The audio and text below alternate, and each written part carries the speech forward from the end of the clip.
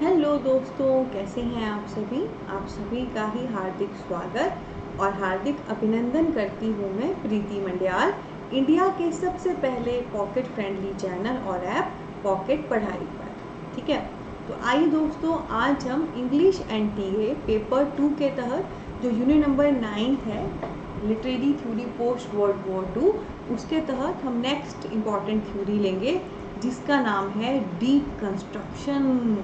Deconstruction हो गई है भाई, सब कुछ तोड़ फोड़ दिया गया है। And if you do remember, पहले मैंने आपको एक S for saucer, S for structuralism theory कराई थी ना, कि स्ट्रक्चरलिज्म सॉसर ने दी है। वहाँ पे मैंने बताया था डी से डीकंस्ट्रक्शन थ्योरी जो है वो डेरिडा ने दी है। ठीक है, तो आज हम करेंगे डीकंस्ट्रक्शन थ्योरी दोस्तों, जिसे दिया है नन अदर देन डेरिडा ने। जैक्वस डेरिडा इनका पूरा नाम है। स्ट्रक्चरलिज्म दी थी फर्डिनांड डी सॉसर ने, और जो डीकंस्ट्रक्शन है वो दी है जैक्वस डेरिडा ने। तो ध्यान से देखिए दोस्तों इस शख्स को, कितने कितने मतलब कैसे देख रहे हैं आपको, है ना। तो इसी नज़र से, इसी पारखी नज़र से उन्होंने देखा और लैंग्वेज से संबंधित डीकंस्ट्रक्शन थ्योरी को हमें दिया, जो कि one of a important theory है एग्जामिनेशन पॉइंट ऑफ व्यू से। सो आइए इन डेरिडा की डीकंस्ट्रक्शन थ्योरी को एक्सप्लोर करते हैं, देखते हैं इसमें कौन कौन सी बातें मौजूद हैं।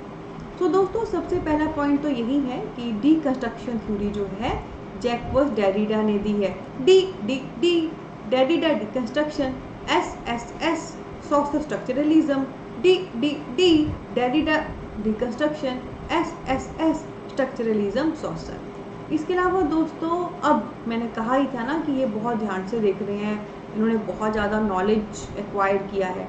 तो वो नॉलेज दोस्तों उन्होंने अपनी इन फॉलोइंग बुक्स के माध्यम से दिया। तो आइए जैक्वस डेरिडा की जो इम्पोर्टेंट बुक्स हैं, वर्क हैं, जो बहुत इम्पॉर्टेंट है हमारे लिए एग्जामिनेशन पॉइंट ऑफ व्यू से, उन्हें हम देखते हैं। तो सबसे पहली बुक यहाँ पे उनकी है स्पीच एंड फिनोमेना। सबसे पहला वर्क क्या है?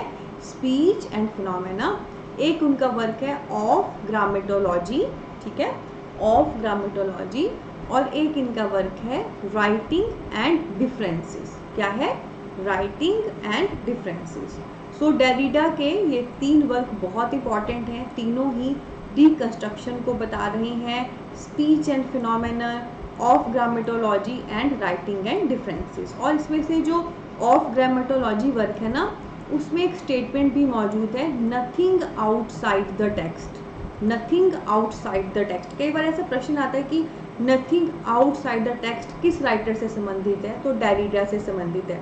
प्रश्न आता है नथिंग आउटसाइड द टेक्स्ट किस वर्क से संबंधित है? ऑफ ग्रामेटोलॉजी से संबंधित है, जो डेरिडा का वर्क है।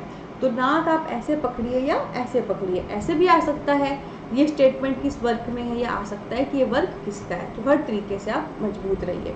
अब आइए थोड़ा सा इनको गुनगुना लेते हैं, दिमाग में बिठा लेते हैं। ये हमारी निंजा टेक्निक है टफ से टफ नेम को माइंड में बिठाने की। चलिए करते हैं। Speech and phenomenon, speech and phenomenon, speech and phenomenon, speech and phenomenon, speech and phenomenon of grammatology, of grammatology, of grammatology, of grammatology, of grammatology, writing and differences, writing and differences, writing and differences, writing and differences, writing and differences. ठीक है, सो D से deconstruction दिया है Derrida ने, और ये सारे उनके वर्क हैं, सारे ही इम्पॉर्टेंट हैं एग्जामिनेशन पॉइंट ऑफ व्यू से। अब दोस्तों आगे मैं आपको बताना चाहती हूँ, जैसे इफ़ यू डू रिमेंबर, जब हमने स्ट्रक्चरलिज्म किया सॉसर का, तो काफ़ी सारी टर्म्स की, लैंग, पिरोल, सिंटैग्मेटिक, पैराडिग्मेटिक, वैसे ही इसने भी कुछ टर्म्स दी हैं। तो आइए उनको देखते हैं।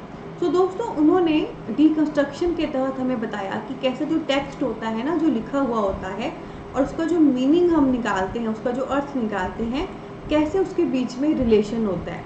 ठीक है, तो relationship between text and meaning, जो चीज़ लिखी हुई है और जो उसका मीनिंग है, अर्थ है, उसके बीच में आप कैसे रिलेशन निकालते हो। ठीक है, वो इसने हमें बताया। तो डीकंस्ट्रक्शन का मेन, जैसे स्ट्रक्चरलिज्म का मेन मकसद क्या था? लैंग्वेज का स्ट्रक्चर बताना, कि लैंग्वेज बनती कैसे है। ओके, और डीकंस्ट्रक्शन का मेन पर्पस क्या है? कि जो भी आपने लैंग्वेज लिखी है, जो भी टेक्स्ट लिखा है, उसका मीनिंग, उसका अर्थ आप कैसे निकाल रहे हो। ठीक है, स्ट्रक्चरलिज्म है लैंग्वेज का स्ट्रक्चर बताना, कैसे बन रही है, क्या है एंड ऑल। और डीकंस्ट्रक्शन क्या है, जो लैंग्वेज, जो टेक्स्ट आपने लिखा है, आप उसका मीनिंग यानी कि अर्थ कैसे निकाल रहे हो। और याद है काफ़ी सारी टर्म्स हमने की थी उसमें, लैंग, पैरोल एंड ऑल। तो डीकंस्ट्रक्शन के तहत हम एक टर्म करेंगे अपोरिया। क्या टर्म करेंगे? अपोरिया। अपोरिया डीकंस्ट्रक्शन के तहत एक टर्म या कॉन्सेप्ट दी गया है दोस्तों, जो बेसिकली एक ग्रीक वर्ड है। कैसा वर्ड है? ग्रीक वर्ड है। ऐसे प्रश्न आते हैं एक्चुअली इंग्लिश में ना, काफ़ी सारे वर्ड हैं जो ग्रीक, लैटिन से लिए गए हैं, तो पेपर में प्रश्न आता है कि ये वर्ड कौन से है। तो सबसे पहले अपोरिया जो टर्म है, जो कॉन्सेप्ट है, डीकंस्ट्रक्शन थ्योरी के तहत दिया गया है। सेकंड, ये एक ग्रीक वर्ड है। कैसा वर्ड है? ग्रीक वर्ड है। और इसका मीनिंग क्या होता है दोस्तों? इसका मीनिंग होता है इम्पासेबल पाथ। पासेबल पाथ हुआ ऐसा पाथ जिसको आप पास कर सकते हो, क्रॉस कर सकते हो। ठीक है जी। और इम्पासेबल पाथ क्या हुआ? ऐसा पाथ जिसको आप क्रॉस नहीं कर सकते। ठीक है, इसका मतलब क्या हुआ? इस स्टेटमेंट को देखो, आपको समझ आ जाएगा। डिस्क्राइब टेक्स्ट मोस्ट डाउटफुल और कॉन्ट्राडिक्टरी मोमेंट। तो इसका मतलब पता है क्या है? जैसे आप कोई चीज़ जब पढ़ रहे होते हो, समझ रहे होते हो, फॉर एग्जाम्पल अभी भी जब मैं आपको पढ़ा रही हूँ, तो कुछ चीज़ें तो आपको फटाफट समझ आ रही होंगी कि ये ऐसा है, ऐसा है। पर कुछ चीज़ें आपको लग रही होंगी कि यार टफ सा है, कुछ समझ नहीं आ रहा, मतलब उसको समझना था, है ना। हर टेक्स्ट में, हर बुक में, हर लिटरेचर में कुछ जगह ऐसी आती है जब डायरेक्ट हमारे दिमाग को स्ट्राइक नहीं करता कि इसका मीनिंग क्या है। तो उसी को समझना अपोरिया है। अपोरिया डीकंस्ट्रक्शन थ्योरी के तहत दिया गया पार्ट है। डीकंस्ट्रक्शन क्या है? जो भी टेक्स्ट है उसका मीनिंग निकालो। तो अपोरिया एक ग्रीक वर्ड है जिसका मतलब है इम्पासिबल पाथ, एक ऐसा पाथ, एक ऐसा रास्ता जिसको आप पास नहीं कर सकते। तो कौन सा रास्ता जिसको पास नहीं कर सकते? जब कभी आपके सामने टेक्स्ट है और उस टेक्स्ट को समझती बार, अंडरस्टैंड करती बार आप एक ऐसी सिचुएशन में हो कि आप उसका मीनिंग नहीं निकाल पा रहे हो। ठीक है, आप एक ऐसी सिचुएशन में हो कि आप उसको समझना चाहते हो कि क्या लिखा हुआ है, पर आप उसको समझ नहीं पा रहे हो। उस चीज़ को जब एक्सप्लेन हम करते हैं, वो अपोरिया में आता है। डीकंस्ट्रक्शन का मतलब भी क्या है? जो टेक्स्ट है उसका अर्थ बताओ। और अपोरिया का मतलब क्या है? कोई ऐसा टेक्स्ट का हिस्सा आपको टकर गया जहाँ पे आपको डाउट हो रहा है, आपको कॉन्ट्राडिक्शन सी लग रही है, समझ नहीं आ रहा है, आप उसको एक्सप्लेन कर रहे हो। ठीक है, तो जो भी डाउटफुल एंड कॉन्ट्राडिक्टरी मोमेंट आ गया टेक्स्ट को बताती बार, उसको जब आप एक्सप्लेन करोगे वो आपका अपोरिया कहलाता है। तो दिस इज इम्पॉर्टेंट। स्ट्रक्चरलिज्म था लैंग्वेज का स्ट्रक्चर बताना, डीकंस्ट्रक्शन है जो भी टेक्स्ट लैंग्वेज में है उसका मीनिंग बताना। ठीक है, और कोई भी ऐसा मोमेंट आया कि आपको टफ लग रहा है, आपको समझ नहीं आ रहा है इसका मीनिंग क्या है, डाउटफुल हो, कॉन्ट्राडिक्टरी हो, फिर भी आप उसे डिस्क्राइब कर पा रहे हो, that is called aporia, a Greek word, impossible path. मतलब ऐसे आप रास्ता पार नहीं हो सकता, ऐसे समझा नहीं सकते, पर फिर भी आप उसे समझाने में सफल हो गए हो। इसके अलावा दोस्तों एक और टर्म है इसमें अपोरिया के अलावा जो आपको पता होनी चाहिए, दैट इज डिफरेंस। क्या है दोस्तों? डिफरेंस। सो ये जो डिफरेंस टर्म है ये डेरिडा ने ही दी है। डीकंस्ट्रक्शन के तहत ये जो है टर्म है डिफरेंस। तो सबसे पहले तो मैं आपको बताना चाहूँगी ये जो डिफरेंस टर्म है ये लोगोसेंट्रिज्म और फोनोसेंट्रिज्म के अपोजिट है। किसके अपोजिट है? लोगोसेंट्रिज्म एंड फोनोसेंट्रिज्म। तो भाई लोगों, सबसे पहला तो यही प्रश्न आता है कि ये लोगोसेंट्रिज्म क्या है या ये फोनोसेंट्रिज्म क्या है, जिसके अपोजिट ये डिफरेंस टर्म है। ठीक है, तो आपने सबसे पहले गूगल करना है what do you mean by logocentrism and what do you mean by phonocentrism, जिसके अपोजिट है डीकंस्ट्रक्शन थ्योरी देने वाले डेरिडा के द्वारा दिया गया वर्ड डिफरेंस। ठीक है, थोड़ा सा मैं हिंट दे देती हूँ। लोगोसेंट्रिज्म एंड फोनोसेंट्रिज्म दोनों लैंग्वेज से ही संबंधित चीज़ें हैं, और हाँ ये जो डिफरेंस है, जो शब्द डेरिडा ने दिया है, ये भी लैंग्वेज से संबंधित है। देखो तो क्या मतलब होता है?